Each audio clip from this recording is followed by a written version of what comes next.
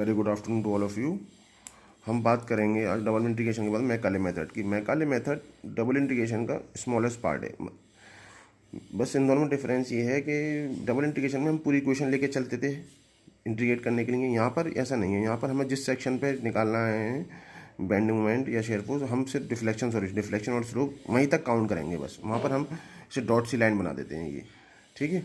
जैसे कि हमने कहा कि साहब simply supported beam width centre point load, ठीक है।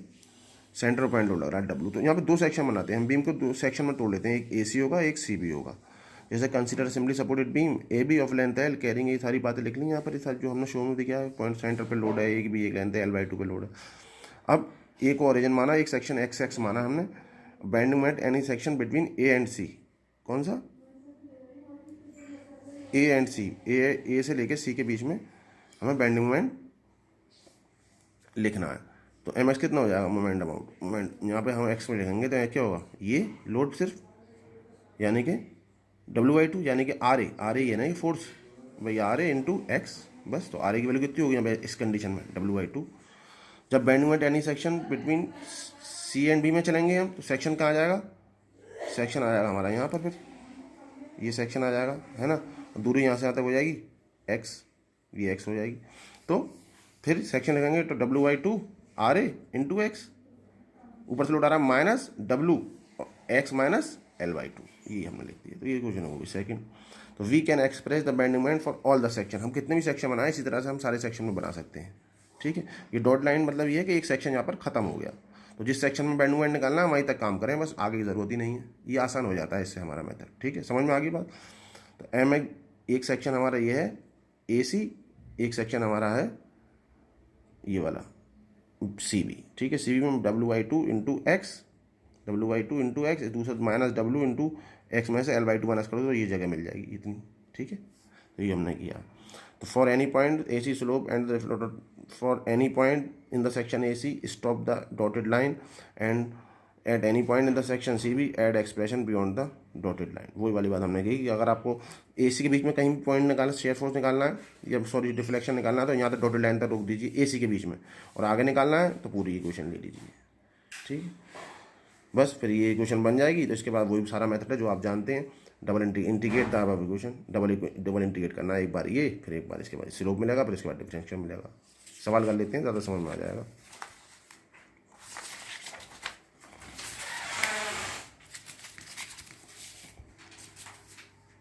एक हमने बीम लिया है horizontal steel girder having a uniform cross section is 40 metre long and simply supported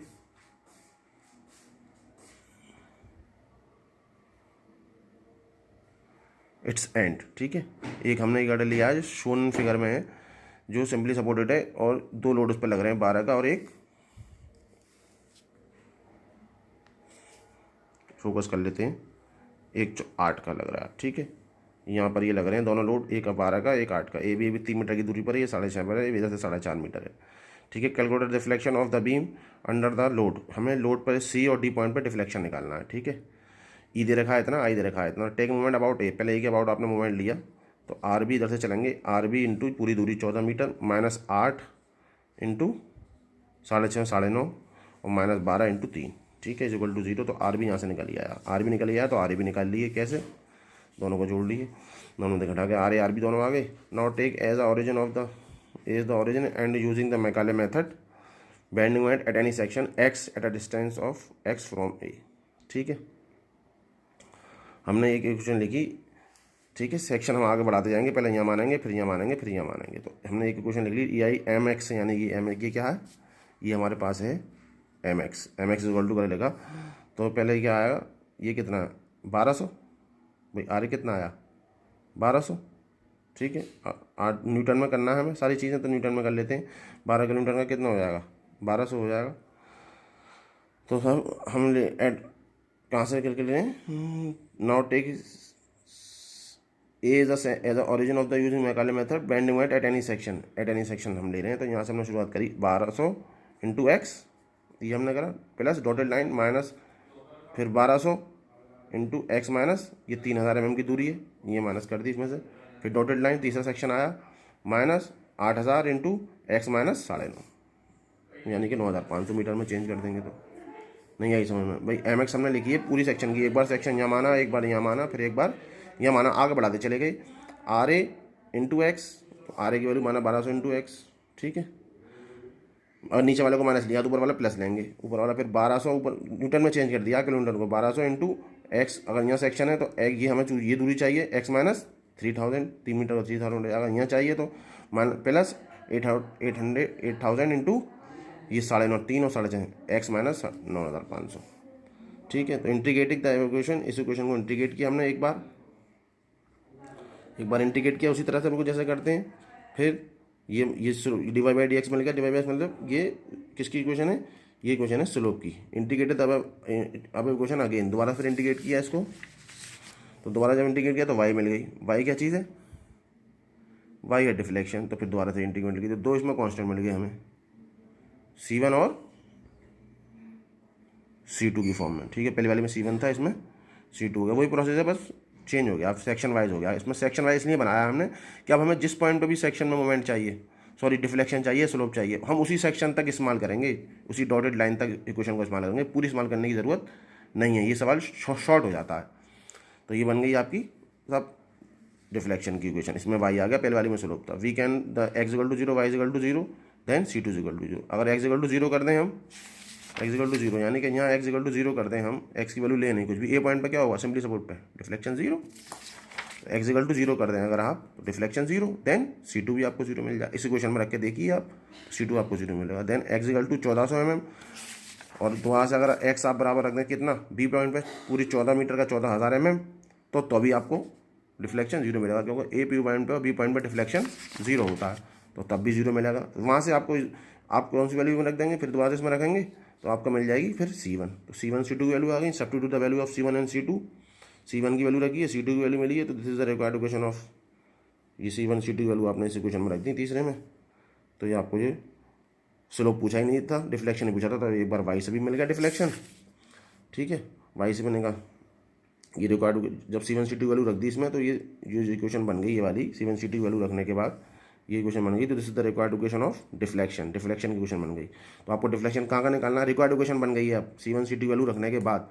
deflection आपको पॉइंट पर निकालना था जहाँ पे लोड था, एक C पर और एक D पर। तो C पे एक्स की वैल्यू कितनी है, 3000 mm, तो एक्स की 3000 रख दो, आंसर आ गया 16.4 mm।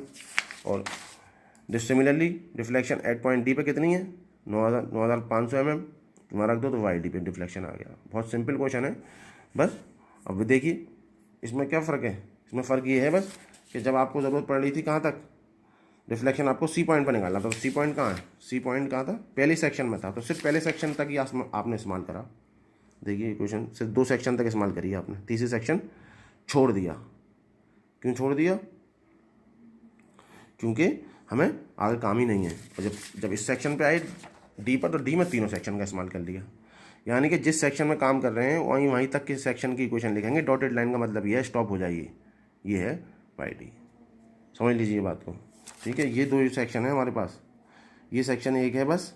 तो जब पहले सेक्शन में हमने काम किया है, हमने डिफ्लेक्शन निकाला है C पॉइंट पर, तो C पॉइंट का मतलब AC में ही काम किया है बस। तो AC तक की हमने इक्वेशन उठाई है, ये AC तक की कहाँ तक है, बस ये इक्वेशन है AC तक की, देखो यहाँ तक ही हमने उठाई है बस, तुरंत C पर डिफ्लेक्शन निकल गया, पूरी इक्वेशन लिखने की ज़रूरत नहीं है।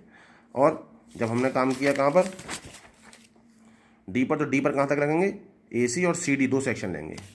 तो AC ले लिया एक हमने और CD ले लिया एक हमने, बस ठीक है। तीसरा सेक्शन अब भी हमने छोड़ दिया ये वाला, क्योंकि आगे हमने काम नहीं किया है, तो यहाँ वाई डी निकल गया है।